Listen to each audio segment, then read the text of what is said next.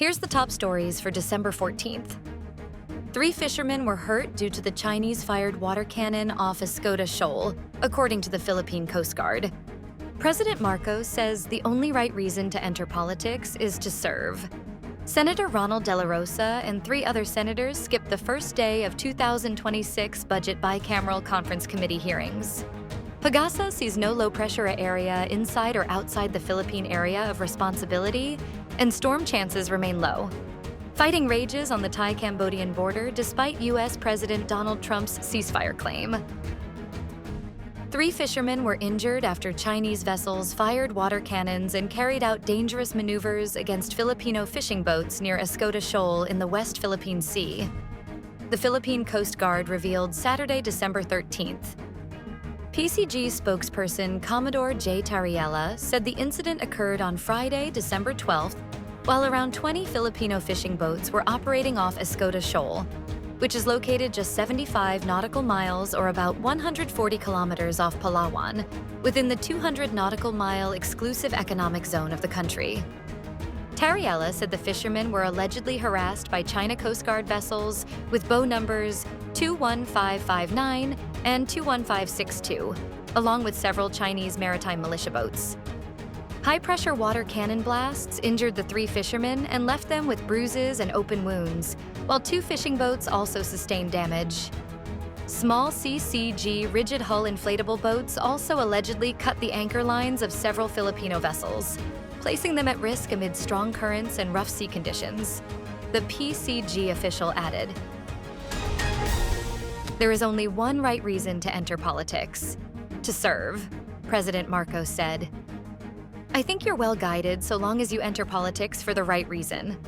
And there's only one right reason: to serve, Marcos said when asked what piece of advice he can give to aspiring public servants. There's no other correct reason. It's a thankless job, that's for sure, Marcos further stated in his 3-part podcast released this week. While being a public servant is a demanding job, Marcos said it is worth it. He emphasized that the job becomes worth it when you are able to make a change even in one person's life. As a president, Marcos said he wants that the reforms he was able to implement during his term would remain even after his presidency. Senator Ronald Bato de la Rosa, including 3 other senators, were absent on the first day of the bicameral conference committee hearings on the 6.793 trillion peso general appropriations bill, or proposed national budget for 2026 on Saturday, December 13th. A day prior, Senate Finance Committee Chairman Senator Sherwin Gatchalian expressed hope that De La Rosa would fulfill his duties and attend the BICAM deliberations. De La Rosa, as vice chairperson of the panel, automatically became part of the Senate contingent to the BICAM, which also involved House of Representatives members. For the first time, every bit of the BICAM will be live-streamed, thus giving the public the unprecedented opportunity to see how lawmakers reconcile differences between the Senate and House versions of the GAB as the BICAM works to finalize the government's spending plan for next year. Aside from De La Rosa, Senators Pia Cayetano, Joseph Victor J.V. Ejercito, and Camille Villar were also absent during the first day as of 3 p.m.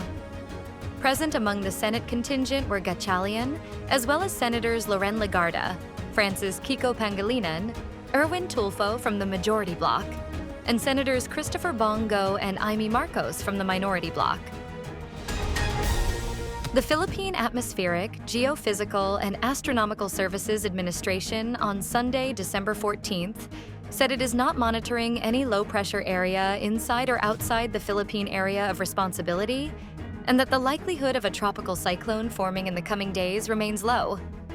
PAGASA weather specialist Obet Badrina said there are currently no developing weather disturbances that could intensify into a storm.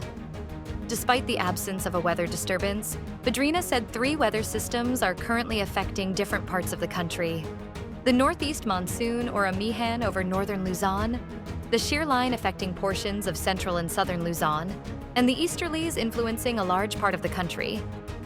He noted that rainfall is likely over parts of Luzon due to the shear line. The weather specialist said cloud clusters over eastern Mindanao are also expected to bring rains. Fighting raged Saturday morning along the border of Thailand and Cambodia. even after US President Donald Trump, acting as a mediator, declared that he had won agreement from both countries for a new ceasefire.